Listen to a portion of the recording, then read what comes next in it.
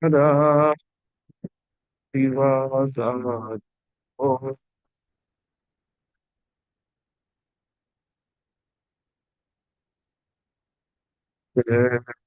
Kaya Abo Kaya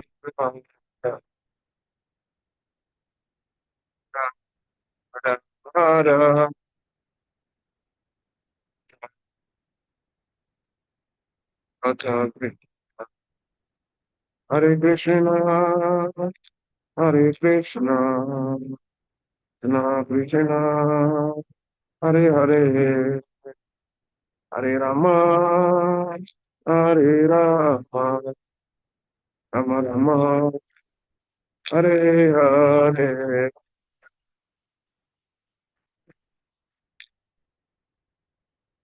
Krishna Krishna, Hare Rama, Hare Rama, Hare Rama,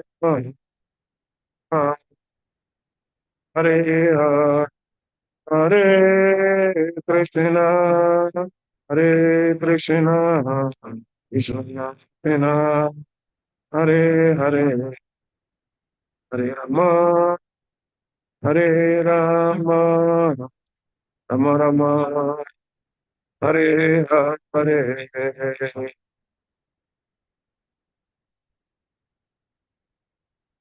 Krishna Krishna, Hare Hare Rama, Hare Rama, Hare Krishna, Hare Krishna, Krishna, Hare Hare, Rama, Hare Rama, Rama Rama, Hare Hare, Krishna Krishna Krishna, Hare Hare, Hare Rama, Hare Rama, Hare Hare, Jaya Prabhupada, Srila Prabhupada, Prabhupada, Srila Prabhupada,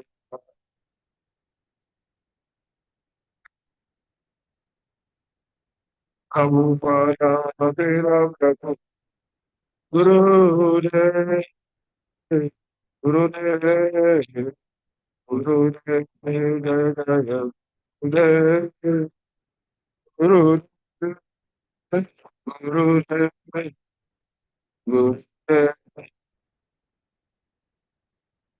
Jaya Radha, Damodara Radha, Damodara Radha,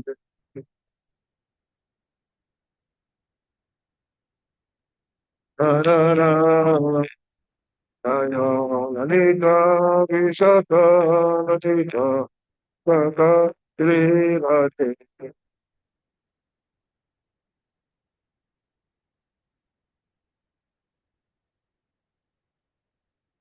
Jagannathaya Jagannath Radhe Bhajaya Supa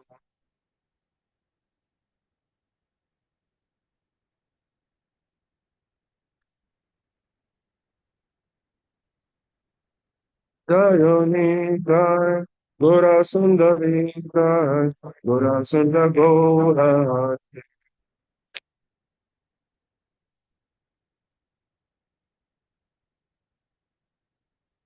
Jayani Jai Gora Sundari Jai Gora Sundar Gora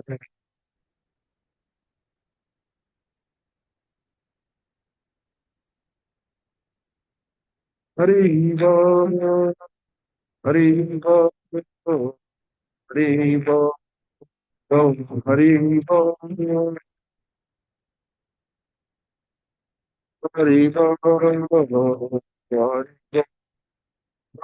Hari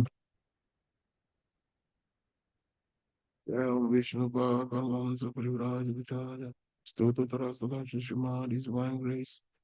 Vecharam Brindi Bhaktivedanta Swami Prabhupada ki jai. His confounder Chai Jaga Guru Param Guru Swami Prabhupada ki jai. Ananta Koti Vaishnava Vindi ki jai. Shri Namachaya Brahmachaya Shri Haridas Thakur ki jai. प्रेम से कहो कृष्ण चैतन्य प्रभु नित्यानंद श्री अद्वैत गदाधर श्रीवासादि गौरभक्त वृंद की जय।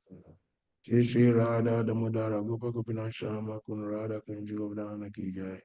वृंदावन धाम की जय, मथुरा धाम की जय, नवद्वीप धाम की जय, अयोध्या धाम की जय, नीलाचल जगन्नाथपुरी धाम की, श्री धाम मायपुर धाम की जय, गंगा माई की जय, भक्ति देवी की जय, तुलसी देवी की जय, यमुना माई की जय, हरि नाम संकीर्तन की जय, हरे कृष्ण महामंत्र की जय, श्री गीता नागरी नाम की जय, Samavira Bhakta Vrinda ki jai, Nitai Gora Pramanande.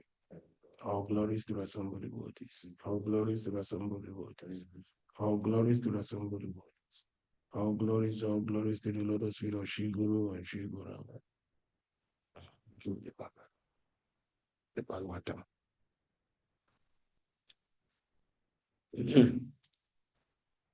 Thank you all for being here as usual for us to discuss Srimad Bhagavatam.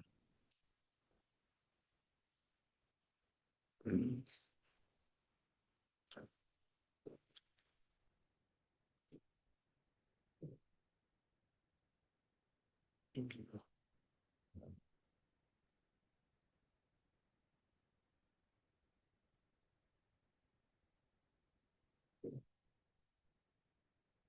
Today's reading is taken from Srimad Bhagavatam, Canto 7, Chapter 5, text number 33 to 35. So I think it's 3 verses.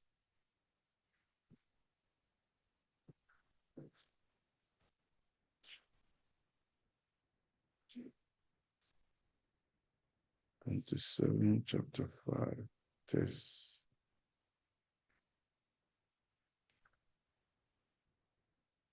Okay.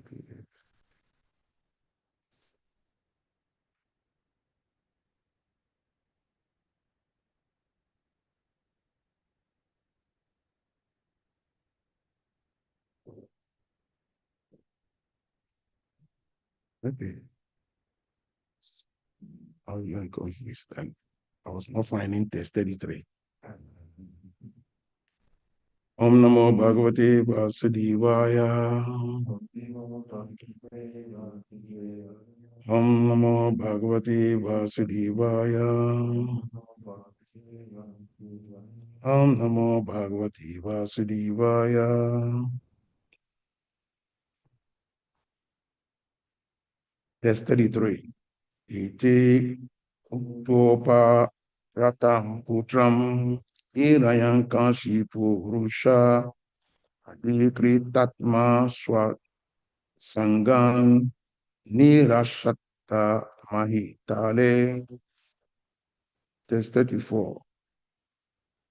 Ahamasha Rushavishtaha Tasai Bhuta Luchanaha Vadyatam Ashwayam Vadyo Nisharayatra Nitaha.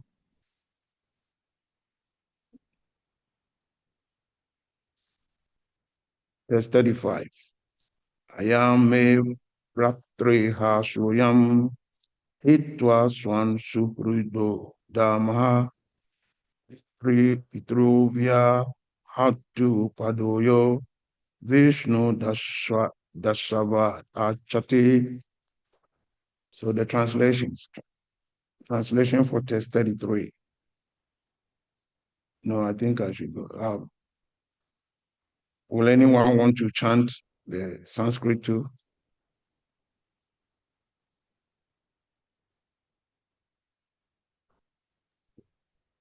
Ayam me patraha soyam hitva svan suhrido namah pitrivya hantu padhavyo Vishnor dasabad archati.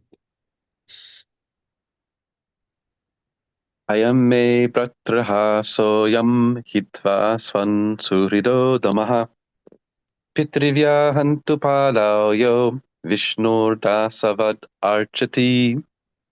Ayam me pritarhat soyam hitvasvan surdotama pitravaya hantuhu padoyo Vishnurdasavat archati. Ayam me batre hasoyam hitva swanso hito tamaha pitrivya hantu padayo Vishnu dasavat archati.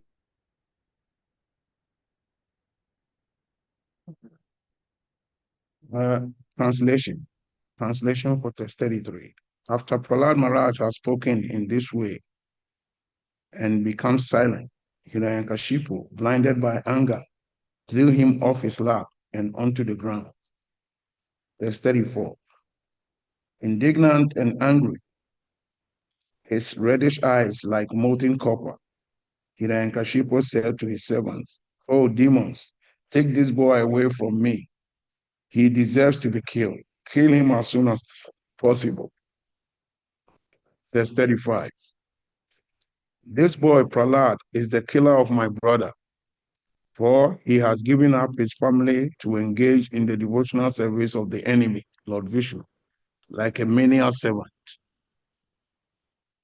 Purport. Hiranyakashipu considered his son Prahlad Maharaj to be the killer of his brother because Prahlad Maharaj was engaged in the devotional service of Lord Vishnu. In other words, Prahlad Maharaj will be elevated to Sarupya, liberation, and in that sense, he resembled Lord Vishnu. Therefore, Prahlad was to be killed by Hiranyakashipu. Devotees, Vaishnavas, attend the liberations of Sarupya, Shalokya, Sarishti, and Samipya, whereas the Mayavadis are supposed to attend the liberation known as Sayujya. Sayujya Mukti, however, is not very secure, whereas Sarupya Mukti, Sarokya Mukti, Sarishti Mukti, and Samipya Mukti are most certain. Although the servants of Lord Vishnu, Narayana, in the Vaikuntha planets are equally situated with the Lord, the devotees there know very well that the Lord is the master, whereas they are servants. Om Gyana Timaranda Shya Gyana Jana Salakaya Chakshu Ominitami Enata Smanshi Gurave Namaha. Shri Chaitanya Manobhistam Stapitam Minabhutali Swayam Rupam Kadam Maya Dadati Swapadantika. Hey Krishna Karuna Sindhu Dinabandhu Jagapate Gopisha Gopika Kantarada Kantanamostuti. Vanchakapatarubyascha Kripa Sindhubhya Ivacha Patitanam Pavanibhyo Vaishnavibhyo Namo Namaha. Shri Krishna Chaitanya Prabhu Nityananda Shri Advaita Gadadara Srivasari Gauravatavi. Hare Krishna, Krishna Krishna, Hare Hare. Hare Rama, Rama Rama, Hare Hare. Hare Krishna, Krishna Krishna, Hare Hare. Hare Rama, Rama Rama, Hare Hare. Hare Krishna, Krishna Krishna, Hare Hare. Hare Rama, Rama Rama, Hare Hare. Namo Vishnu Padaya Krishna Pristaya Bhutare Srimati Bhakti Tirtha Swami Tinanne. Namaste Krishna Padaya Prabhupada Shitatmani Shri Gora Karuna Shakti Bhakti Tirtha Tinanne. Namo Vishnu Padaya Krishna Pristaya Bhutare Srimati Bhakti Vedanta Swami Tinanne. Namaste Saraswati Devi Gauravani Pracharine Devashisha Shunyavadi Pashatyadi Satari. Hare Krishna. So the purport again is a very short but very powerful purport. Say Hiranyakashipu considered his son Prahlad Maharaj to be the killer of his brother because Prahlad was engaged in the devotional service of Lord Vishnu. So this tells much about our mindset in this world. Usually when you bear grudge with someone, and you see another person associating with that person, the person you bear grudge with, then somehow or the other, if you are not very careful, you consider that other person who is associating with the one you bear grudge with to also be your enemy. Because why is it that you know that this person is my enemy, he doesn't like me, and you are freely associating with that person? Then automatically you'll be on your guard. I will not let this person come close to me because maybe he will be looking for something and feed my enemy with the information. So this is the nature of this world. And Hiranyakashipu is perfectly displaying that quality. How you see the friends of your enemies as your enemies. So just by him hearing from Prahlad, how Prahlad was so dedicated to Vishnu, then Hiranyakashipu had to throw Prahlad away and say, kill him, kill him. He completely forgot that Prahlad is his own son. And why? What made him forget that Prahlad is his own son? The text says Hiranyakashipu, he was so angry. So anger overtook the better part of his consciousness, the better part of him. And once we let anger take the better part of us, that is exactly why we behave. We completely forget about the proper ethics of life and behave in a way that immediately the anger resides, the anger cools down in our heart. We deeply regret the action we took. And that is why we should learn how to what? Bring ourselves under control. And so Krishna perfectly explains that the three gates that leads us to hell, anger is one of them. The three gates that pay, when you are going into a house or a place, there's always a gate. So Krishna is telling us that there are three gates that opens up to hell. And one of the gates is anger. And we can say it when you become so angry. Sometimes you don't think properly. And Krishna has definitely explained it that once we become so angry, from anger, bewilderment of memory comes. He says in Bhagavad Gita chapter 2, verse 62, when he explains that whilst contemplating the object of the senses, a person develops attachment for it. And from the attachment, lust. And from lust, anger. And from anger, bewilderment of memory and loss of intelligence. Then fall down. So anger is so powerful that if we don't learn how to bring our anger under control, then we will always be swimming in the ocean of repeated birth and death. Because anger will always push us to do things that we are not supposed to be doing. Anger is so. And when you are so angry, you become so blind. Take for instance, Dantavakra was the personification of anger in the incarnations of Jai and Vijay. Their first incarnation, they came as Hiranyaksha and Hiranyakashipu. And Hiranyaksha represented greed, and Hiranyakashipu represented arrogance and pride. Then in their next incarnation, they came as Ravana and Kumbhakana. Ravana represented lust, and Kumbhakana represented ignorance. Then in their last incarnation, and they came as Susupa and Dantavakra. And Susupa and Dantavakra were very close. So when Krishna killed Susupa, Dantavakra actually personified the anger. He was so angry that when he decided to attack Krishna, The anger blinded Dantavakra so much so that he was just moving without even knowing that he's going to war. See, like you are fighting someone, you become so angry that you just move without, taking any precautions. So that is exactly what Dantavakra did. He was just moving to Krishna without taking any precaution. As if Krishna was not there to react. And so all Krishna had to do is just give him one big blow with his club on the chest, and that was it. Dantavakra was finished. He couldn't even fight. The anger blinded him so much that he lost his what? His intelligence. So when we are not careful and we get ourselves so blinded by anger, we will do exactly like Hiranyakashipu did.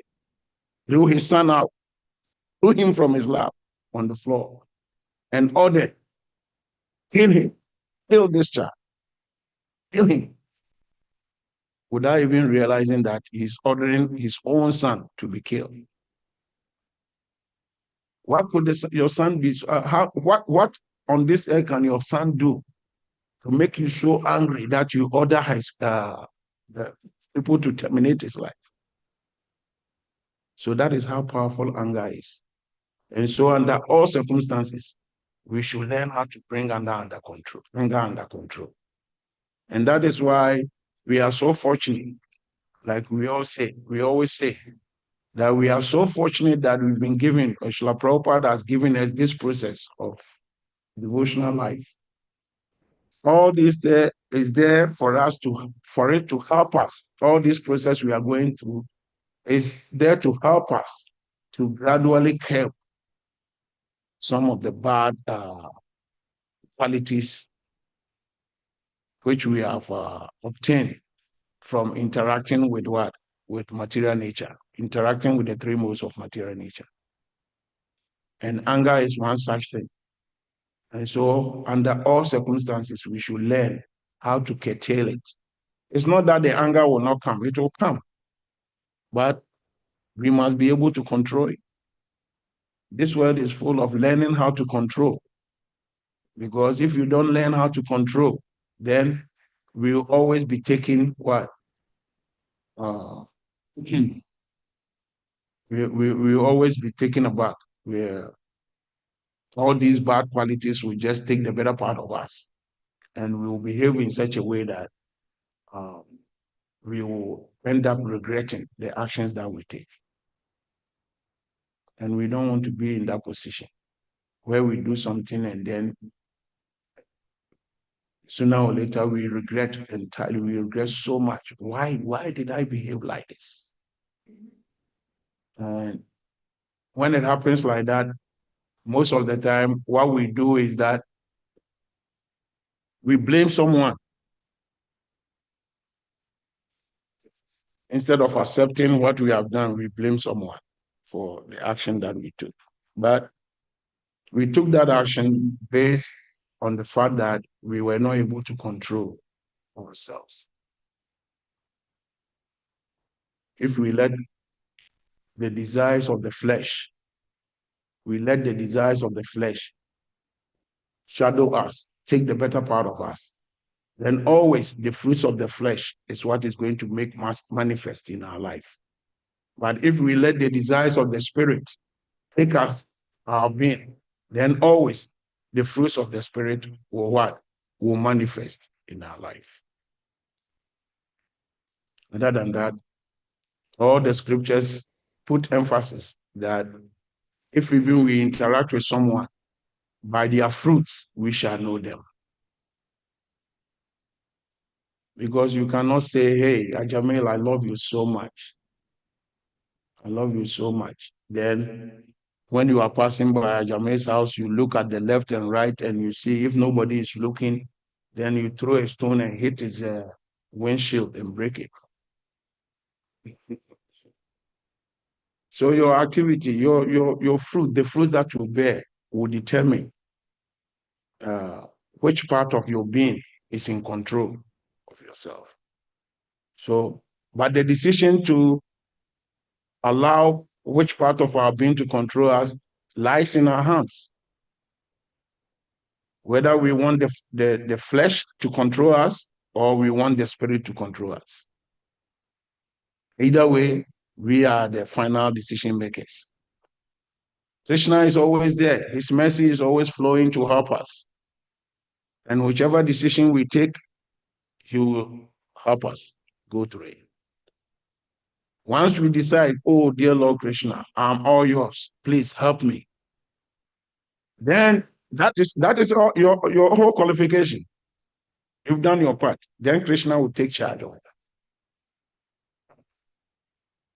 But if you are thinking, oh, no, I can do it this way, I can do it that way, you want to use your intelligence. And that is the difference between someone who is an intellectual. You see, when we go out and we distribute books, there are some people who may be illiterate. You just tell them, oh, chanting the holy names of God can help you to destroy all the bad habits you have. And because this person thinks, oh, I'm illiterate, let me listen to what this guy is saying. And the person starts chanting.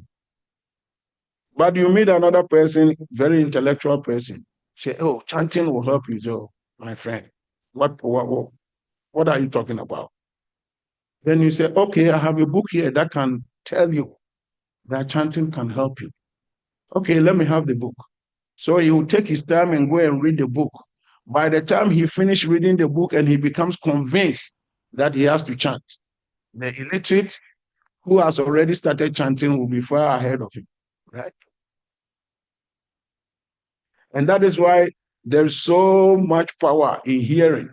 And actually, if you hear from the right source, immediately you hear and you begin to act on what you hear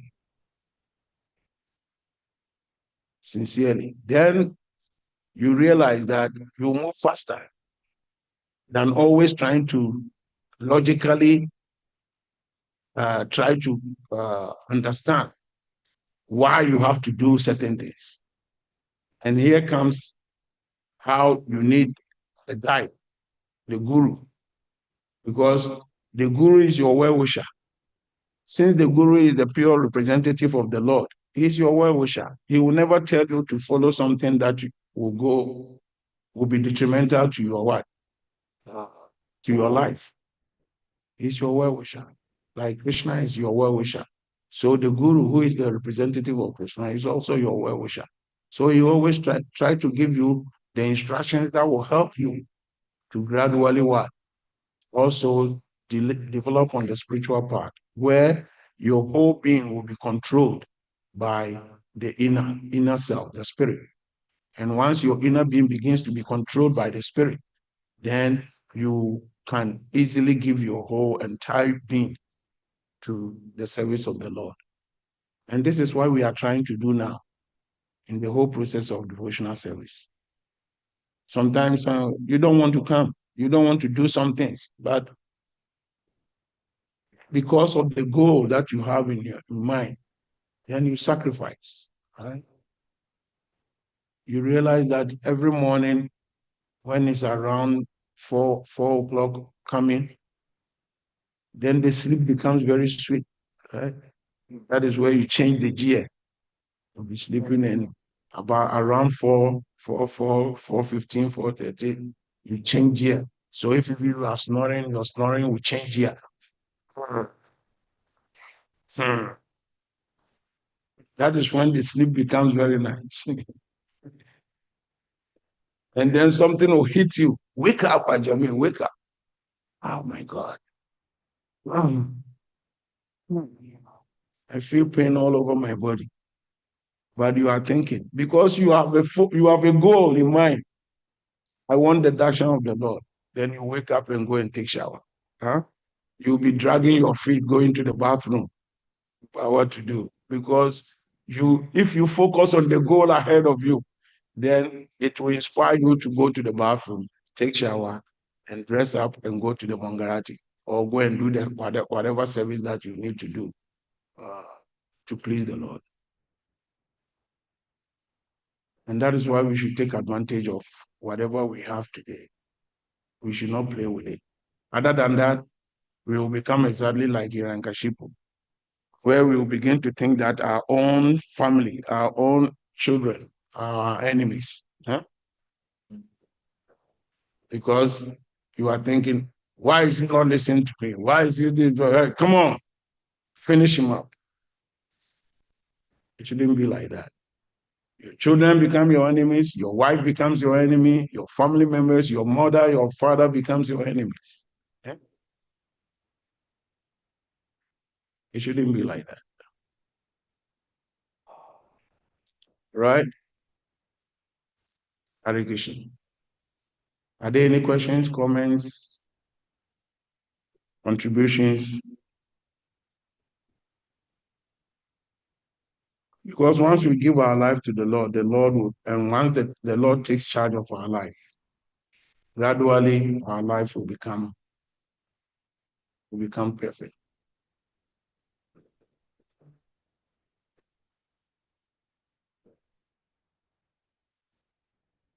So let us try our best to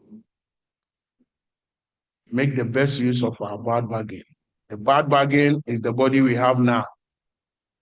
It's a bad bargain. But we can make the best use of a bad bargain, right? And the best use of the bad bargain is that we try to follow the instructions of Guru and Krishna. In this way, we can train our mind and intelligence to absorb the part of devotional life.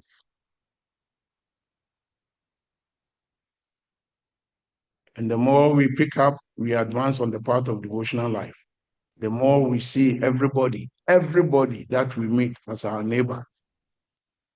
One big mistake that devotees make is like, we read the previous verses was taking how Hiranyakashipu was talking about my friends and my enemies.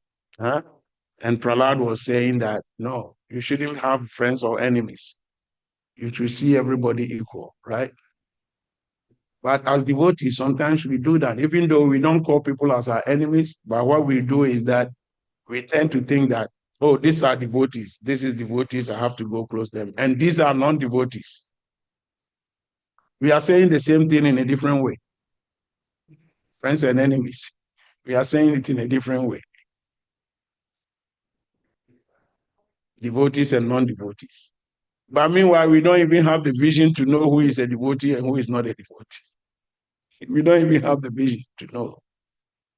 So how do you know that the person you are considering to be a non-devotee, maybe he is even very, very, very advanced on the side of Guru and Krishna? Very, very advanced. He's an ordinary person walking on the streets. Look at the story of Jabarat. Who thought Jabarat was such an elevated soul? He was just like a lunatic walking on the streets. Nobody respected him, nothing. He always do things opposite. You say, Jabarat, eat with a spoon. Jabarat will put the spoon down and eat with the hand. If you say, Jabarat, you should put your dhoti, put the tail at the back and the plates in the front. Jabarat will put the plates at the back and put the tail in the front. He was doing everything opposite. So who will respect a personality like that to be such an elevated soul?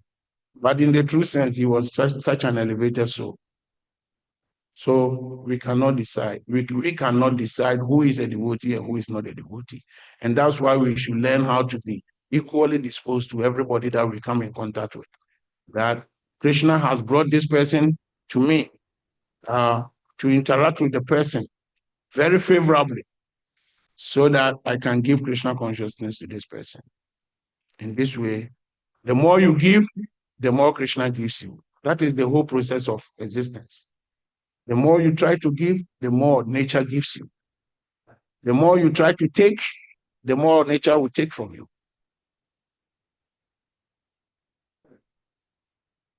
And that's why whatever little thing you hear, you try to give it out.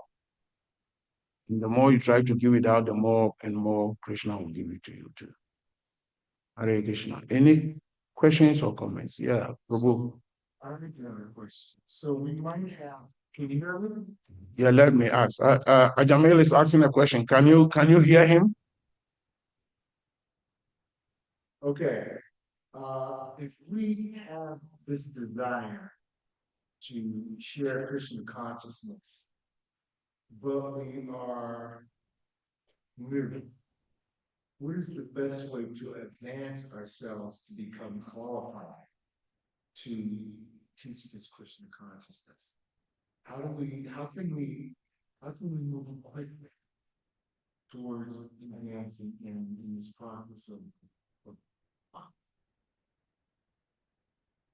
Yeah, if I understand the question properly, Ajamel is asking that, Prabhu Ajamel is asking that if we are new, we are like beginners, but we want to also preach Krishna consciousness.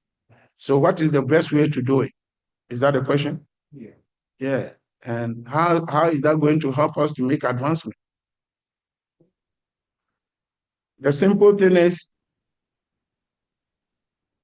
if you are in class, if you are in the stage 1, and all that you understand is 1 + 1 is 2, you might not even know why 1 + 1 is 2. All you have been told is that 1 + 1 is 2. So if you want to explain it to a friend or someone who doesn't know, who is not even in stage 1, is maybe in the nursery, all you have to do is to repeat that 1 + 1 is 2, and you cannot never make a mistake. Just repeat it. 1 + 1 is 2. So that is what we do. You don't have to be, if even you are very advanced, all you do is you repeat what you have heard from your guru. And when you repeat what you have heard from the authority, you can never make a mistake. But if you want to do it your own way, then there is the tendency for you to make a mistake. But the more you give, you repeat what you have been told, the more you repeat it, then somehow or the other, Krishna in your heart will try to explain the thing that you have heard in a different way for you. So as you progress, then you can give a very, like what, elaborate and detailed explanation of what you have heard. But initially, all you have to do is just repeat what you have heard. And you'll be safe. You have no mistake. You don't make any mistake by repeating what you hear. All right? And that's why even materially, like if you are in the university, you are at college and you are writing a paper and you quote somebody, even though you can give your explanation of that quote, but you must first quote the person and explain in your paper that what this thing I'm saying is a quote from such and such a person. So nobody will accuse you of what? Plagiarizing anything, right?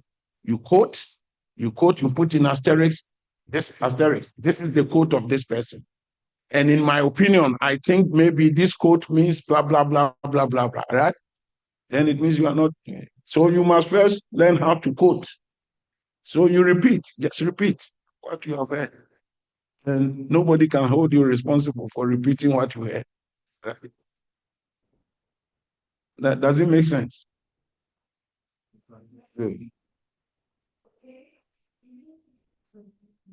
Any other question? Yeah, because once we begin to repeat what we have heard, it helps a lot and it makes us advance very quick. And then it will come to a level where we will develop real faith in the system, right? We develop real faith. Because sometimes we may think that we have advanced, but when the real test comes, that is when we realize that we have not made any progress at all. Right? I was just reading a story. I was just reading one story, and in that story, there is this devoted woman, so devoted, but she was living somewhere in the desert, somewhere, and everything he does becomes what, like a misfortune. She never understood why this. So everything she does, every step she takes is there was a problem. And she was very devoted to God. So she didn't understand why this thing is happening to me. So she started having some doubts whether her trying to worship God is even a good thing to do. So one angel was observing her, and the angel asked God, why is this girl going through this? And God said, yeah, maybe you can go there and see for yourself and talk to her. So the angel descended and appeared to the girl and started having discourse. And even as the angel knocked at the door, when the girl was coming out of the door, she hit her foot with a bar that was at the doorstep and fell. So when the angel asked her, oh, what are you going through? She said, you see, just that you are knocked at my door, look at what happened to me. Everything I do is wrong. And I don't know who is doing this to me. So the angel tried to appease her and give her some advice. So when the angel was very morose, the angel was even started having doubts. He came back to God and he said, oh, Lord, why? What has this girl done? That every step she takes is a misfortune. And God said, well, I didn't give her the misfortunes. She brought everything on herself. All the misfortune that is coming to her is her own doing.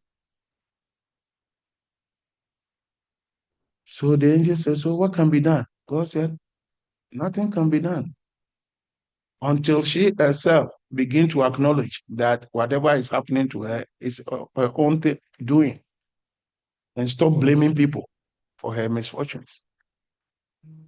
So the angel came back and said, why don't you try to understand the things that happen to you? I think once you begin to get the understanding, some changes can happen. The girl said, what to do? Now, whether I understand it or not, I'm always going through all these misfortunes. So somehow or the other, after the angel left, the girl began to acknowledge. So anytime she's trying to do something and something happens, something bad happens, she said, oh, thank you, Lord. Maybe it should have been more serious than this, but by your mercy, you have reduced the pain to this level. So now she began to acknowledge. And now she's being grateful to the Lord. And just by acknowledging that whatever is happening to her is because of her own doing, and that the Lord is even being merciful, that maybe the reaction should have been more than this, but somehow or the other, the Lord is protecting her in such a way that she has reduced the reaction to some extent. So now she was grateful for every misfortune that was coming her way. And as soon as she began to show gratitude, she began to show gratitude to the Lord, and how everything is her own fault, but somehow or the other, the Lord is trying to intervene on his behalf. Then immediately,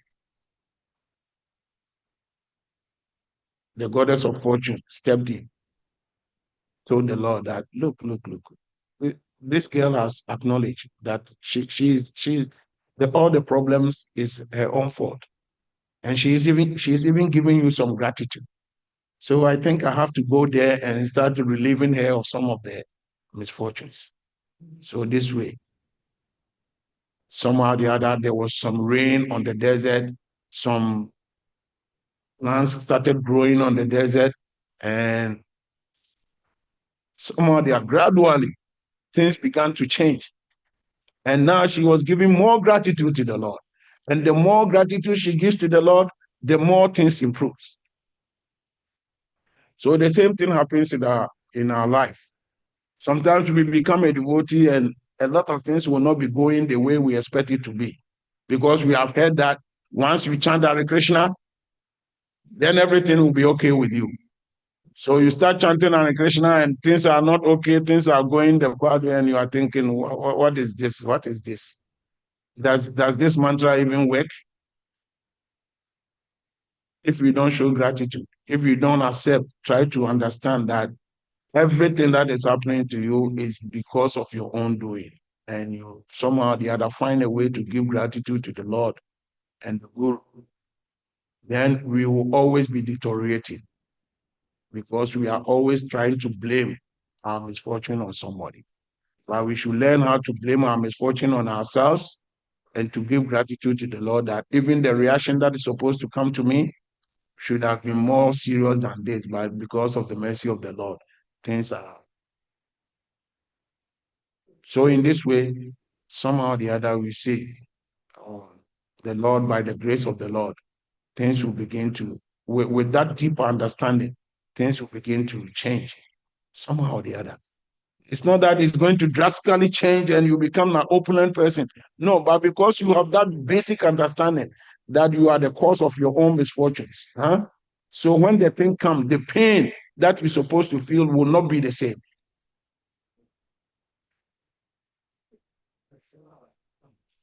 Hmm? Hmm.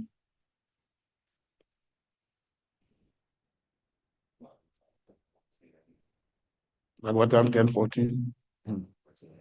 14:8.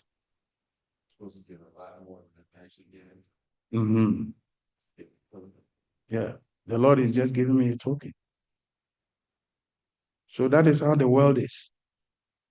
And all this process that we are going through is for us to come to that understanding. We don't have much time, like I'll tell a story about Lord Jagannath. I think I was telling the story to Ajamil one time when we were in India, that there was this lady, a poor Brahmana, living with a family. And he always wake up every morning and go to Jagannath Puri. And there are 18 steps that leads to the temple. So this guy will stand on each step and recite a whole chapter of Bhagavad Gita. That he does that every day. And the wife started accusing him. What's wrong with you? You are the man, you are supposed to take care of the house. What is this nonsense of you going to recite Bhagavad Gita every day on the steps of Jagannath Temple? What is this nonsense? Go and find something for us to eat. So this Brahmana quoted Bhagavad Gita, where Krishna says, abandon all varieties of religion and just surrender unto me, and I'll deliver you from all sinful reaction. Do not fear. He read it to the wife, and the wife said, let me see. Immediately, the wife grabbed the book. He took a pen and canceled that verse. He said, this is nonsense. Instead of you, taking care of us, you are quoting this stupid verse to me that you should do your duty and stop all this nonsense. This devotee was so heartbroken when the wife did that. But that didn't him from going to recite his Bhagavad Gita. So that day when he went very early to seek pardon from Lord Jagannath for what the wife has done. So as he was reciting his Bhagavad Gita as usual, the wife was at home and the wife heard someone knocking at the door. When the wife went to the door, there was this huge person, some black huge person with a bag of rice, a bag of dal, with so many things. Came and said, oh, this is for my friend. And the woman said, who is your friend? So he mentioned the Brahmana's name. Oh, he's my good friend. And he had asked me for these things, but every day when I decide to bring it, something comes my way.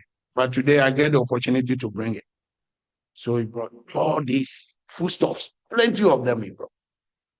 And the wife said, oh, that is very nice. Okay, have a seat. Let me cook so that you can eat something. And he said, no, I can't eat. And the wife said, why not? And the wife asked him, what's your name? He said, my name is Jago. And then he said, please, Jagu, eat something. And he said, no, I cannot eat because my whole tank is scratched. My tank is scratched. There's too much salt on my tank. I can't eat. And the wife said, oh, sorry. And so he bid farewell and left. So immediately the wife started putting things on fire, cooking. So when the husband was coming back, from a distance, you could hear some fragrant smell coming from this house. What's going on in this house? Nice smell coming. He reached the house and he's, oh, so this is truly coming from my house. When he entered, he asked the wife, where did you get these things? And he said, oh, your friend was here. Your friend, his name is Jacob. He said, you have asked him to bring these things. And the husband said, why did you let him stay and eat? And the wife said, well, your friend said his whole tank is crushed, so he cannot eat. Immediately, the husband understood that the verse that the wife has strike out of Bhagavad Gita was the cause of the scratch. Because the Bhagavad Gita is the tank of Krishna. Krishna is speaking. So immediately he held the wife's hand and said, stop whatever you are doing, let's go. Took the wife to the temple to go and offer obeisance and ask for forgiveness from the Lord. So that is how Lord Jagannath acts. The Lord is always acting very strangely. So he appeased the wife. The wife was happy because now there's a lot of foodstuffs in the house. But little did she know that it was because of the Bhagavad Gita the husband has been reciting that the Lord has come to reciprocate. So many a time, there are a lot of things that happens in our life. The Lord has his own way of doing things, right? Maybe you can be praying for Krishna for one thing. And Krishna said, okay, Ajame, give me a second, right? I will just give it to you. Give me 1 second. If you go to a very important person and you are asking for a favor and the person says, oh, give me 1 second. Is it a big thing? Is it not like, won't you be happy? But why we refuse to understand that when Krishna said, give me a second, you can understand how long that second is. Because it's like even Lord Brahma, when Lord Brahma said, give me a second. When Lord Brahma said, give me a second, you can imagine how that second is. What is one day of Lord Brahma? That is from morning, that is 12 hours of Lord Brahma. It's 4,320,000 years. 4 million, no, it's 4 billion. 4,320 million years. That is 12 hours of Lord Brahma. So if you divide that by 12, right, that will be 1 hour of Lord Brahma. And if you divide that by 60, that will be 1 minute of Lord Brahma. And if you divide that by another 60, that will be 1 second of Lord Brahma. And I'm telling you, that 1 second, if you bring it to our years, it might be like, it might be more than 10,000 years. So you can imagine it, right? So Krishna said, oh, give me a second, Ajamila. Then Krishna turns. But meanwhile, Krishna has already said, give me a second. And you are still bothering him. You go to the president and you say, oh, please, I need this thing to happen. And the president, oh, give me a second. And then while she's doing something, you are still bothering him. Oh, I need this thing. Oh, I just told you, give me a second. Right?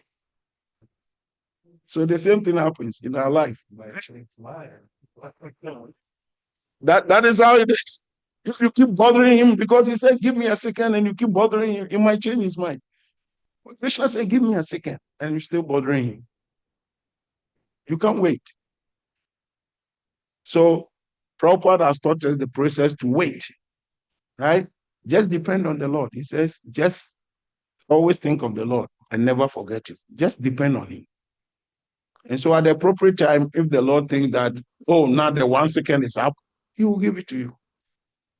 If he will not give it to you, he will never have given the promise in Bhagavad Gita that I protect what my devotees have and I carry what they lack. Right? He gave that assurance.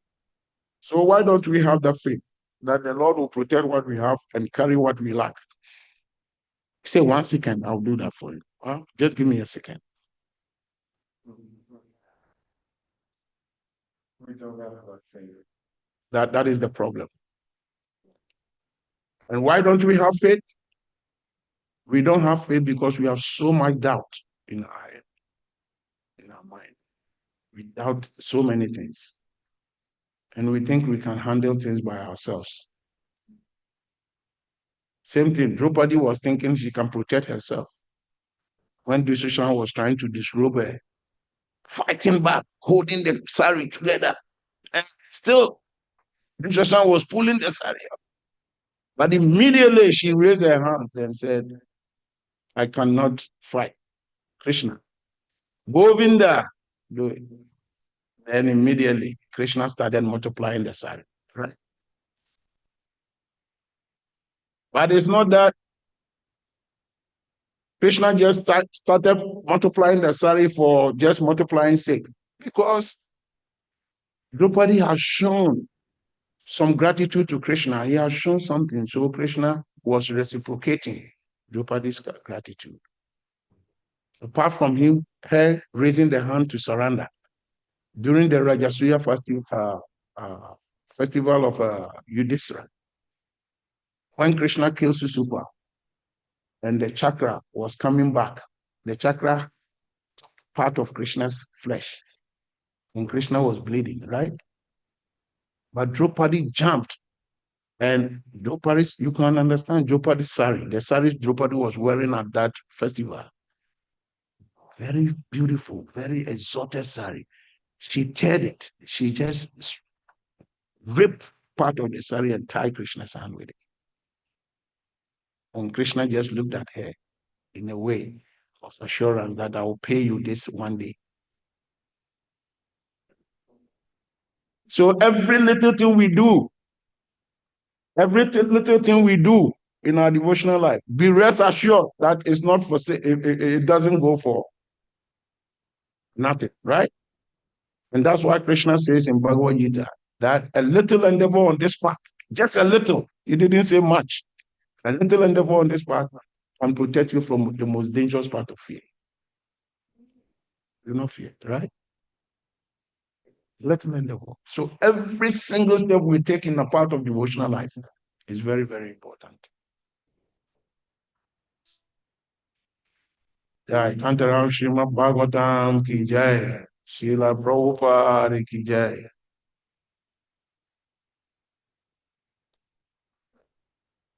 Thank you.